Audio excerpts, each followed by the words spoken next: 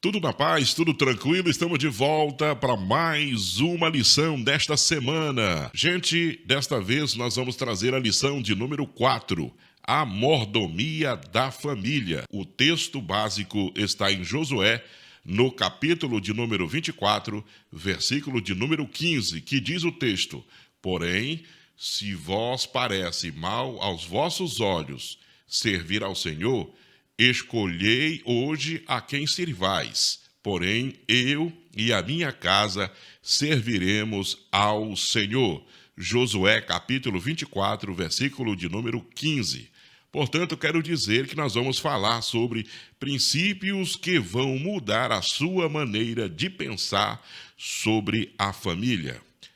Partes principais. Primeira, a família no plano de Deus.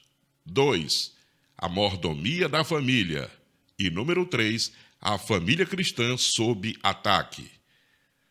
O objetivo geral, conscientizar os alunos de que a família é a primeira instituição e que, portanto, devemos zelá-la amorosamente. Objetivos específicos. Primeiro, destacar a família no plano de Deus. 2, explicar a mordomia da família. E número 3, radiografar a família cristã sob ataque. Introdução. Nessa introdução, nós vamos ver 5 detalhes importantes. Na presente lição, veremos que a família é a base de nossa vivência. Nela nascemos, criamos-nos e dela dependemos por toda a vida. Veremos que todo esse processo é o plano de Deus revelado desde o Gênesis. Nas Escrituras, a família é tão importante que o apóstolo Paulo classifica de pior que o infiel quem dela não cuida. Está registrado em 1 Timóteo, capítulo 5, versículo de número 8.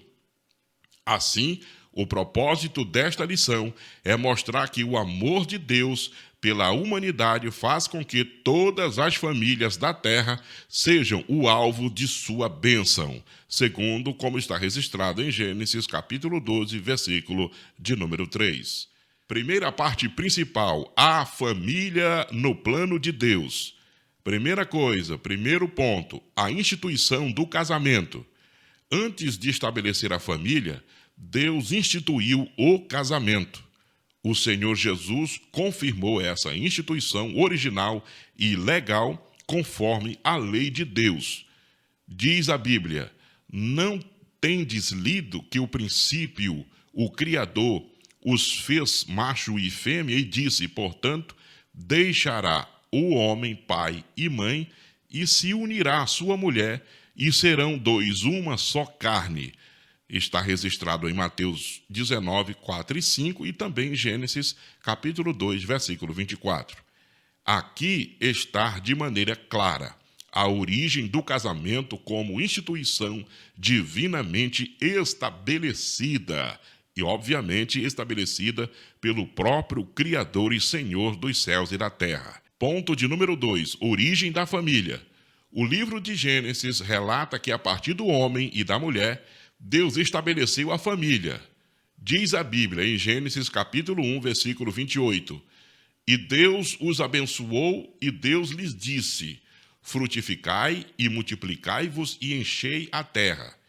Essa instituição é tão importante diante de Deus que ele a criou antes do Estado e até mesmo antes da igreja. E isso aqui é um dado muito importante. E foi a partir de uma família que o Altíssimo prometeu abençoar todas as demais. O texto vai dizer em Gênesis, no capítulo 12, versículo de número 3. E abençoarei os que te abençoarem, e amaldiçoarei os que te amaldiçoarem, e em ti serão benditas todas as famílias da terra. Segunda parte principal, a mordomia da família. Primeiro ponto, os princípios que regem o casamento cristão. Há um manual de união matrimonial, a Bíblia Sagrada. Nela encontramos princípios universais e temporais para o casamento. Vamos ver aqui dois princípios. Primeiro princípio, o princípio da monogamia. No plano original de Deus para o casamento, o princípio da monogamia está declarado assim: portanto, deixará o homem seu pai e sua mãe, e se unirá à sua mulher, e serão ambos uma só carne. Quando o ser humano se rebela contra a vontade monogâmica de Deus quanto ao casamento, há um abismo para acontecer. Um abismo passa a chamar outros abismos. Por exemplo, olha o que vai acontecer: incestos, homossexualismo, pedofilia.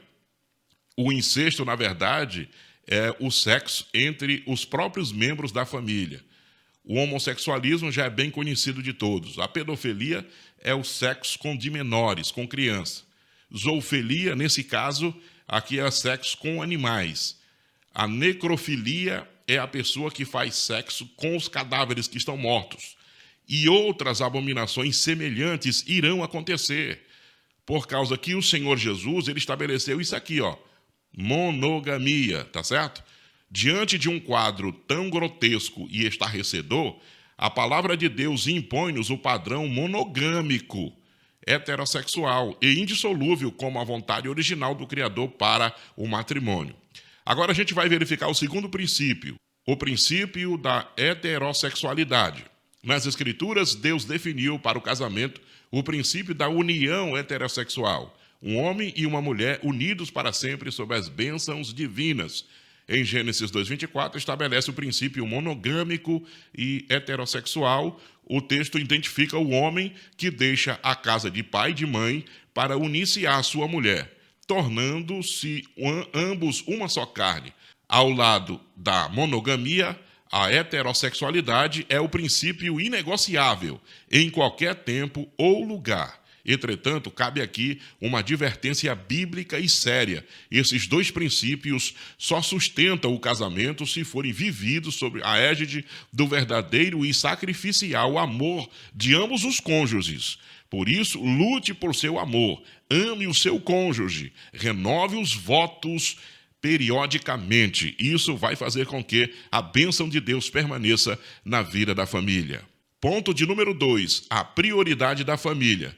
A igreja local deve incentivar a mordomia da família de forma constante e definitiva. O cristão precisa ter as prioridades corretas da vida. Normalmente, há muitos crentes e até mesmo pastores que priorizam a seguinte ordem: primeiro Deus, depois igreja, terceiro esposa e quarto filhos, o qual ele faz essa pergunta: qual o equívoco dessa ordem de prioridades? Vamos ver, biblicamente, o crente deve priorizar primeiro Deus, segundo sua própria vida, terceiro seu cônjuge, o quarto seus filhos, e a igreja vem em quinto lugar, amigão. Amigona, olha aí, em quinto lugar. Ora, alguém poderá indagar, mas a Bíblia não diz que devemos priorizar o reino de Deus? Lá em Mateus 6,33, sim, é verdade. Entretanto, dentro da economia divina, há uma hierarquia muito clara para que a mordomia com a família seja plenamente atendida.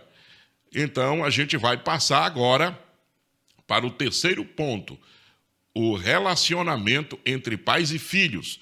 Na mordomia da família, alguns cuidados devem ser tomados a fim de que os filhos sejam criados na doutrina e admoestação do Senhor. Eles são herança e galardão de Deus. Como sacerdotes do lar, os pais devem realizar o culto doméstico. É muito importante priorizar esse momento para instruir os filhos na palavra de Deus. Além de zelo espiritual, os pais devem ser exemplos de amor conjugal, paternal e maternal. Esse exemplo precisa ser contado no convívio familiar. Número 3, a última parte principal, a família sob ataque. O Estado, primeiro ponto, o ataque do Estado materialista. Vamos lá. De um modo geral, os países são governados por homens materialistas e indiferentes ao bem comum. Muitos governantes tornam-se agentes do diabo, visando a destruição da família e da Igreja de Cristo. Por essa razão, temos de usar estratégias poderosas para vencer os ataques do maligno. Por exemplo, vamos lá, a valorização da palavra de Deus no lar, precisamos praticar isso. O culto doméstico. 3. A leitura de uma boa e comprovada leitura cristã. 4. Constante vigilância. 5. E a prática da oração que não pode falhar. Então, se a família praticar essas 5 coisas, essa valorização da palavra, o culto doméstico, leitura bíblica, constante vigilância e a oração, você pode ter certeza que a palavra de Deus vai nortear o seu lar, a sua vida, e você será uma bênção. Ponto 2. O ataque da famigerada ideologia de gênero. Engenheiros sociais modernos trabalham pela desconstrução da família criada por Deus. Karl Marx, um dos teóricos fundadores da doutrina comunista, disse que a família deveria ser abolida, segundo a visão dele. Dessa forma, o diabo usa a famigerada ideologia de gênero para abolir os princípios que Deus estabeleceu para a família. Segundo essa diabólica ideologia, ninguém nasce com sexo determinado. A criança não nasce macho nem fêmea, pois ela se torna homem ou mulher por meio da construção social. Assim, quem constrói o sexo masculino e feminino é a sociedade. Esse é o maior ataque aos princípios de Deus para a família e para a identidade natural da pessoa. Ponto de número 3. Um ataque a Deus e à ciência. Ao ensinar que ninguém nasce homem ou mulher, os engenheiros sociais procuram destruir a identidade natural e biológica do ser humano e também ignoram por completo que Deus criou o homem e a mulher. Essa teoria, além de ser um ataque frontal a Deus, também é uma violência à ciência. A biologia define uma pessoa masculina por causa de seu aparelho reprodutor masculino, ou seja, há hormônios masculinos, marcadores biológicos e cromossomos igualmente masculinos. Assim também dá-se em relação à mulher, pois ela é definida por causa de seu aparelho reprodutor feminino. Então, para concluir o nosso assunto de hoje, só há uma maneira de preservar a família da destruição espiritual e moral dos tempos atuais: criando-os de acordo com a lei de Deus. Noé salvou sua família da destruição porque criou segundo a palavra de Deus. Josué tomou a posição ao lado de Deus com a sua família.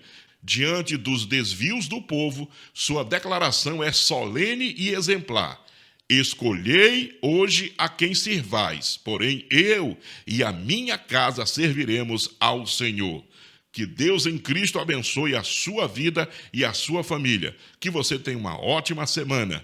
Não esqueça de se inscrever no nosso canal. Faça um comentário no nosso vídeo, minha gente. Vamos compartilhar o nosso vídeo. Deus abençoe e até a próxima semana, Deus querendo, em nome de Jesus.